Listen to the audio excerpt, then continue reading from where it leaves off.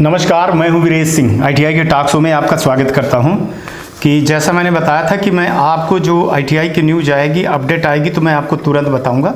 लेकिन न्यूज़ बताने के पहले मैं आप लोगों को बता दूं कि अब थोड़ा सा मैं ब्रेक ले रहा हूं स्टूडेंट की न्यूज़ से, है ना। 2-4-5 दिन तक वो आईटीआई का न्यूज़ पेंडिंग पड़ा है तो उस पर जाऊंगा। लेकिन सबसे पहले आज छात्रों को न्यूज़ बता दूँ, सारी क्लियरिफिकेशन और सब चीज़ें अपडेट कर दे रहा हूँ। देखिए, सबसे पहले था कि वो सीबीटी फीस ना जमा होने वाली लिंक को लेकर के, तो उसको आज डीजीटी ने बिल्कुल मेरे को क्लियर किया कि वो हमारे तरफ से कोई गड़बड़ी नहीं है। हमारे तरफ से लिंक का ऑप्शन बना दिया गया है, वो रिजल्ट में लड़के देख सकते हैं।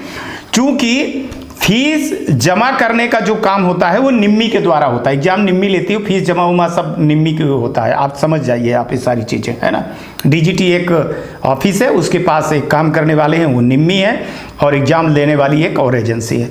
तो जो भी पेमेंट पहले अभी तक जो जा रहा था वो निम्मी पे ही जा रहा था। लेकिन इस बार जो टेक्निकल इशू हुए हैं उस इश्यू को डीजीटी बोल रहा है कि ना आए भविष्य में।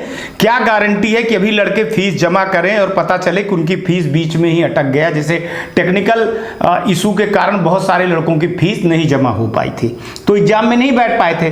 तो इस बार वो दिक्कत ना हो, नहीं तो फिर एग्जाम में लड़कों को मौका नहीं मिलेगा लेफ्ट ओवर के बैठने के लिए। तो ये एक मेरे को बिल्कुल जायज पॉइंट लगा कि डीजीटी ये कह रही है कि मतलब माने मैं नहीं चाह रहा हूं कि टेक्निकल इशू के कारण लड़कों की फीस ना जमा हो। जर्नली जो ये लड़के हैं जिनकी फीस नहीं जमा हुई है वो टेक्निकल इशू के कारण हुआ था, है ना। तो उसके कारण वो बोल रहे हैं कि हमने निम्मी को लिखा है और निम्मी जो है तो उसको सुधार रही है। अब देखिए क्या है कि निम्मी के अकाउंट में डायरेक्ट तो जाता नहीं है, जाता बैंक में है। तो वो बैंक का काम होता है, जैसे ऑनलाइन आप जमा करते हो। तो अगर वो बैंक के और निम्मी के बीच में कुछ गड़बड़ियां हो रही हैं साइट पे ऑनलाइन पे जाने की, उसको सुधारने के लिए बैंक को निम्मी ने बोला है। और उस बैंक वालों ने जो अभी निम्मी मेरे से बात कर रही है कि हफ्ते 10 दिन के अंदर, वही मैंने आपको बोला था कि 15 तारीख से लेकर के जो 15 दिन का जो टाइम रहेगा, वर्किंग डे मैं यहाँ पे बोल रहा हूँ, है ना। शनिवार, इतवार और छुट्टी आप काट दीजिएगा तो आपका ये जा करके 5 या 6 अक्टूबर को 15 दिन हो जाएगा, है ना। 2 अक्टूबर की गांधी जयंती, फिर जैसे आज शनिवार है, इतवार 2 दिन, 3 दिन, ये एक विश्वकर्मा जयंती 4, एक शनिवार इतवार और पहुंचा था तो 5-6 दिन अगर आप काटोगे तो आपका वही 6 तारीख तक में हो रहा है। तो जो बैंक वाले कह रहे हैं, निम्मी से जब मैंने निम्मी के अधिकारियों से बात की तो उन्होंने बोला कि उन्होंने हमको हफ्ते 10 दिन की दिए हैं कि हम इसको सुधार देंगे। और ये अच्छी बात है। कहीं जल्दीबाजी में अगर कोई काम कर दिया गया सर, तो फिर वही प्रॉब्लम खड़ी होगी कि लड़कों का फीस नहीं जमा है, टेक्निकल के कारण फीस ऊपर ही फंसा हुआ है, फिर लड़के एग्जाम नहीं दे पाएंगे। इसलिए हमने पूरा लिखा हुआ जो उनका वो आया है, पूरा मेरे पास मैसेज है।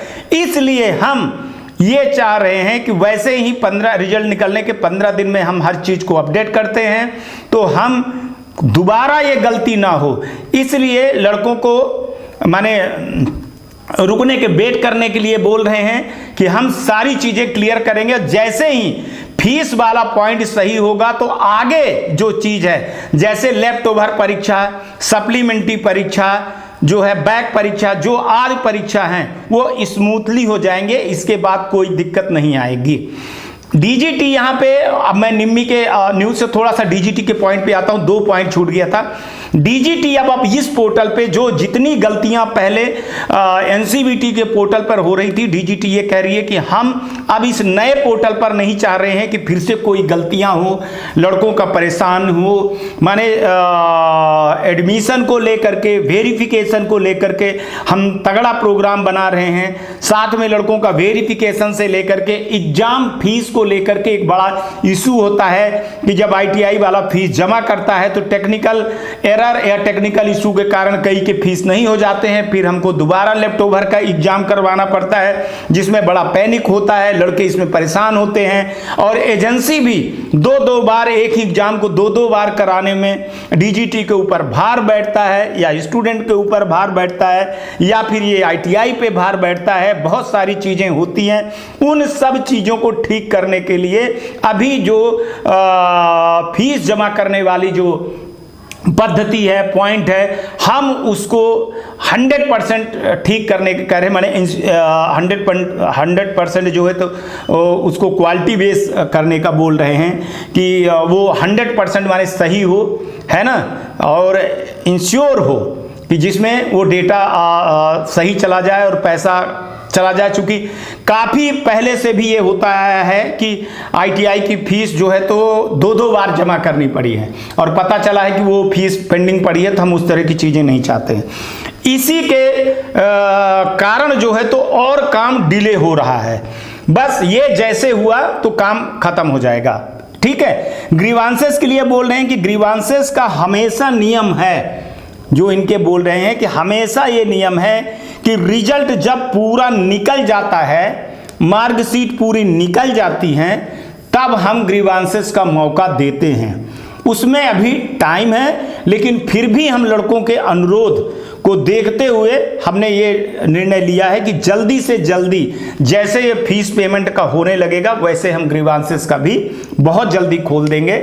फोटो का भी 2023 वाला बोल रहे हैं कि हम उसको भी कर रहे हैं, 2022 का वो कंट्रोल शिफ्ट आर दबा करके हट कार्यक्रम हो जाएगा। बाकी जो लड़कों की प्रॉब्लम है उसके लिए जैसे कुछ लड़के 24 नंबर पाए हैं, कुछ नंबर लड़कों ने 33 नंबर पा करके पास हो गए हैं, कुछ नंबर लड़कों को 0-0 आया है प्रैक्टिकल में, या बहुत सारी ऐसी चीज़ों की समस्याएं हैं। उसके लिए शिकायत करने के लिए स्टूडेंट का एक प्लेटफार्म बना है जिसको स्टूडेंट के ग्रीवांसेस के रूप में जाना जाता है।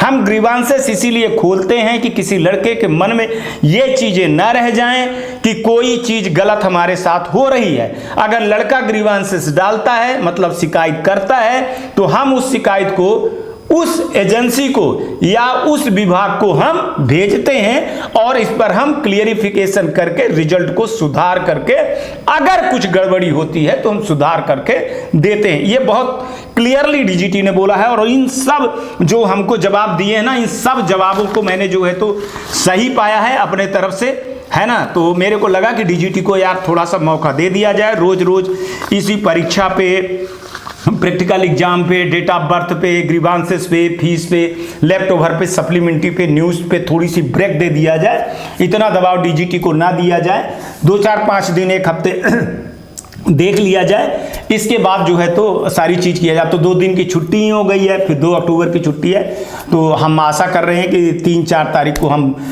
फिर से एक बार रिटर्न होंगे न्यूज़ पे, और अगर बीच में कुछ न्यूज़ आती है तो निश्चित हम आपको न्यूज़ दिखाएंगे। चूँकि अभी प्राइवेट ITI के लिए एफिलिएशन, रीएफिलिएशन और बहुत सारे मुद्दे हैं एडमिशन को लेकर के, तो वो सारी बीच में किया जा चुकी है। ITI वाले भी कह रहे हैं जब ITI बचेगी तब तो स्टूडेंट पढ़ेंगे लिखेंगे ना, तो वो वाला एक मुद्दा है, तो उनके ऊपर हम चले जाते हैं। और आप जानते हो कि हम ये सब चीज़ें व्यू के लिए नहीं करते हैं कि रोज़ रोज़ आपकी ही न्यूज़ को मैं चलाता रहूँ, है ना।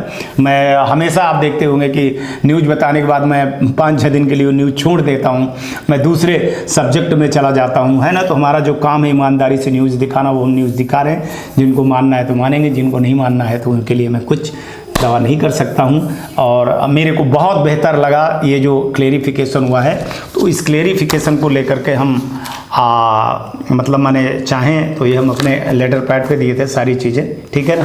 तो उस पर जो है तो बहुत सारी चीज़ें आ गई हैं और बहुत सारी चीज़ों को मैंने संतोषजनक पाया है। थोड़ा सा टाइम देना चाहिए मेरे हिसाब से, कोई जल्दीबाजी ना किया जाए। सही बात है कि अगर पेमेंट सही रूप से नहीं गया, अटक गए कहीं पे, तो फिर क्या करोगे आप। बार बार तो चांस मिलता नहीं है ना, एक बार ही पेमेंट का चांस मिलता है। तो फिर पता चला कि फिर बैकलॉग में चले गए, और अभी इतना जल्दी कुछ है नहीं। जब बोली है कि वो मैं आपको परीक्षा के बाद अक्टूबर और 15 नवंबर के बीच में हम सारी चीज़ें ख़त्म कर देंगे रिजल्ट के साथ में, तो फिर अपने को एक मौका देना चाहिए, ठीक है।